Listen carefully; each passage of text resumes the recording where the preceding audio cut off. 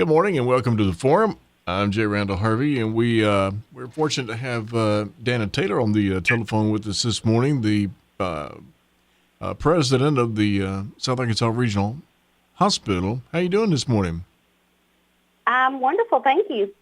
Well, good deal. It's been a day or two since we've spoken, and I know the last time that we had a quick chat, you had just taken over. Is that the right title? Is it? Yes, I'm the president of the hospital. When the hospital transitioned from Medical Center of South Arkansas to South Arkansas Regional Hospital back in July of 23, I was named interim, and then I took the permanent president position in November. Well, congratulations on that, and Thank you. that's great.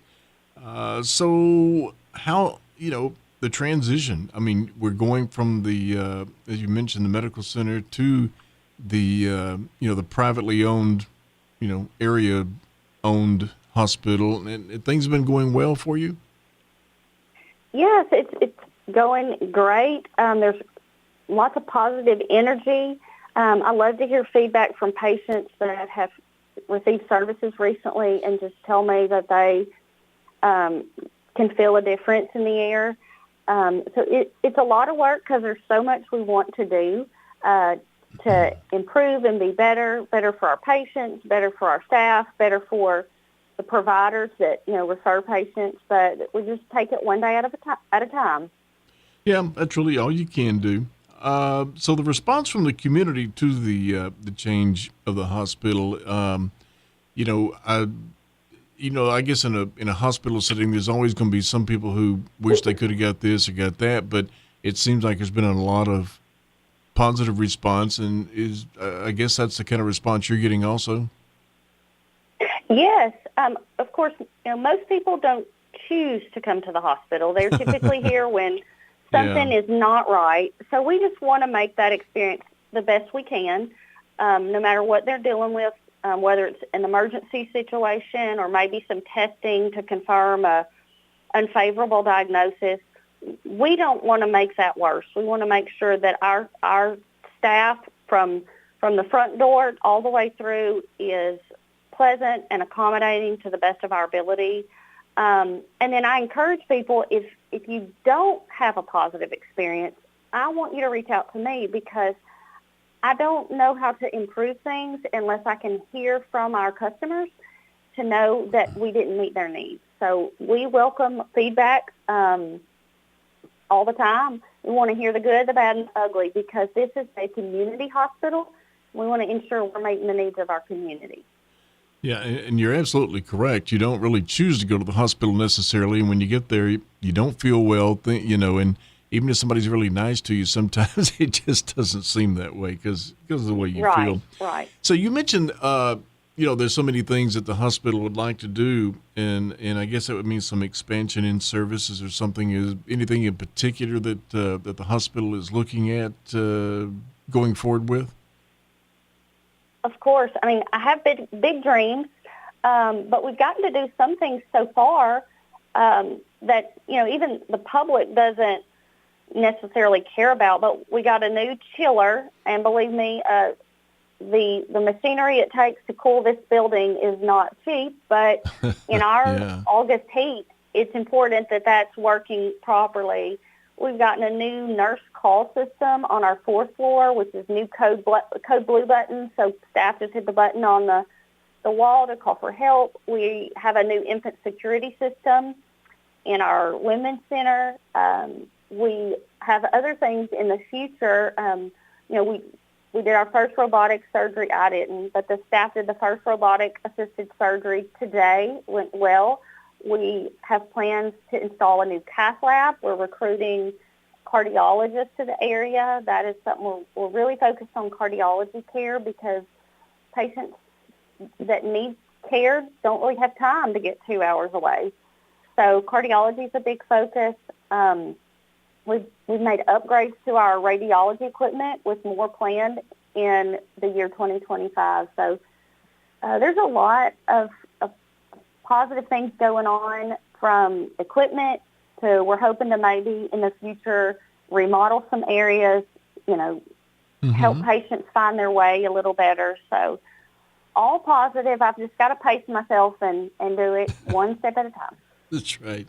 And I was going to ask about how the search is going for specialists. There's, uh, and it's certainly South Arkansas Regional Hospital is not unique to the issue of, sometimes it's hard to get specialists, especially in smaller towns. Um, and you mentioned like cardiologists, but those searches are going well, I presume. Yes. So our collaboration with UAMS is positive in that regard. Also, healthcare is in a different time than most people expect. So people that aren't in the industry assume that hospitals just make loads of money and, but it's really actually a time where the cost of providing care is very high, just like your groceries have inflated. Our cost has increased greatly, but our reimbursement from insurance companies has not increased. So we are having to figure out how to do more, but, the cost or the reimbursement stay the same. And so in a time where many healthcare facilities are cutting back services, we've seen across the state, many hospitals are choosing to not deliver babies anymore because Wow. it does cost.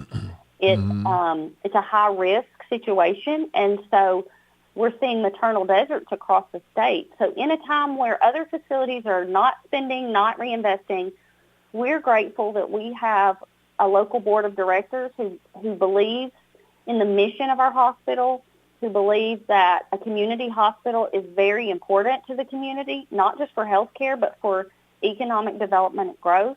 And so they are investing in the hospital. They are improving the facilities, the equipment, so that we can be more competitive to attract the right physicians and providers and staff. So it's really exciting. Yeah, and I think sometimes having a big company over you is a good thing because of the resources. But I think also, like you mentioned, having local people, they know exactly what you need and how to make that work. So staffing issues. I know when COVID came around, that's been a big issue for a lot of companies. Hospitals was, of course, we're having issues with that. So how's the staffing now? We're good. We saw an increase in interest in working here when the hospital changed names. So that's positive. Our CNO that is with us, she's been with us a little over 2 years, and in that time she has almost completely reduced our dependence on contract labor, meaning we're not using a contractor to bring in a travel nurse that may make triple of what our current staff are making, Mm-hmm. because that negatively impacts the morale. So Amber has worked Sure. hard to eliminate contract labor. We have just a few positions throughout the hospital in super specialized areas like the cath lab. But what we're seeing now, we were pretty close to being staffed, and then we've seen this increase in our census, which means how many patients we have. And so that's got a need for us to hire more nurses. So we have several RN positions posted for different departments. Sign-on bonuses are offered Mm-hmm. because we want to make sure that staff is not the limiting factor for being able to take care of patients close to home. So we are experiencing growing pains in that area, but we are working to retain the staff we have and recruit new staff so that we can grow. What about the? I know the South Arkansas Regional Hospital took on a different part. With the hospice. With the hospice house closed. hmm Is that going well at this time? Yeah, it is. And I served on the Life Touch Hospice Board for years, so I understand what that meant to the community. I experienced personal loss there, so I understand how the community felt when that facility closed. However, that was a direct reflection of how healthcare reimbursement has changed. they just don't, you don't, you have to meet a certain criteria to receive hospice care in inpatient. So we have 2 dedicated hospice areas on our 4th floor. And each room has a patient room and a family room has a couch and a fridge and things to try to keep the patient or the families comfortable. So we're really excited to be able to partner with Arkansas Hospice to provide that, to make it as easy as possible on families and the patient as they're, nearing end of life. And visitors are unlimited. So that has really gone well, and I think the families that have utilized that program have been pleased. Well, that's absolutely great. Now let's talk about some other good news too, and that is, of course, big news is that the FDA cleared the 5th generation robotic system, the DaVinci V. Now you mentioned you did the first surgery already with that, and this is, if I understand this correctly, it's cutting edge, if you pardon the pun. It's cutting edge technology, kind of like you see in the, the hospitals on TV and stuff, where it's, up to the moment technology where it assists the doctors robotically, correct? That is correct. So Dr. Thomas Kennedy is a general surgeon in town that trained on robotics. So it was very important. We wanted to keep him in the community long term. This is the future of surgery, and so we wanted to offer this in our community. Again, our mission is keeping that care close to home.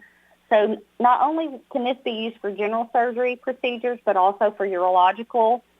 And then in the future, we hope to expand the services that are offered. But it is a robotic-assisted surgery, so it's not a unmanned robot in there doing it. The physician actually sits at a console similar to a video game and is able to see and navigate more precisely using some little kind of joysticks to maneuver the robot. It's more precise. It's less trauma on the patient.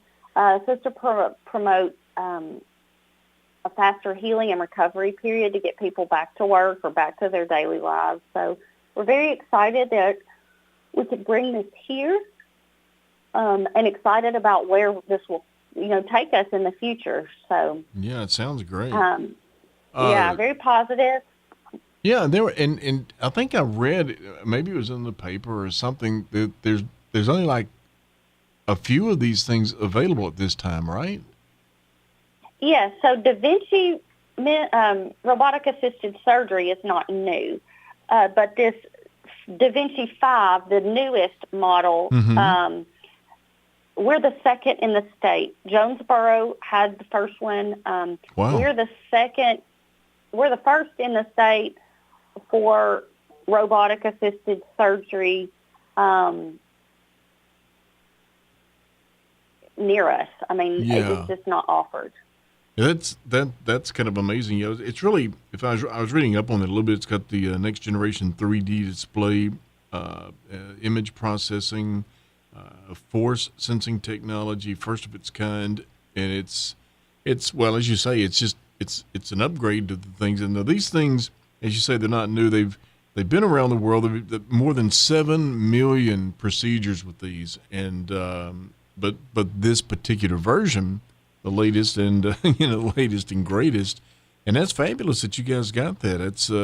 That's great, and that's good for the patient because it's very precise, and it just sounds like a lot of great news going on at South Arkansas Regional Hospital, and hopefully we can keep all this going, and like you mentioned, if somebody has issues with the way things happen, then they can always get in touch with you and, of course, see if we can get it cleared up. But like you say, usually when you're in the hospital, it's not because you want to be there. You don't feel good, etc. So yeah, things are, not always what they seem when you're in there. But Danna, we thank you so much for the 15 minutes this morning. It's amazing how fast time goes by. And we'll get back with you again soon because I've got a feeling there's going to be a lot more new technological and other advances that come up that South Arkansas Regional Hospital will have. Of course. Well, thank you for your time today. And listeners can keep track of us on Facebook to see what's going on at the hospital.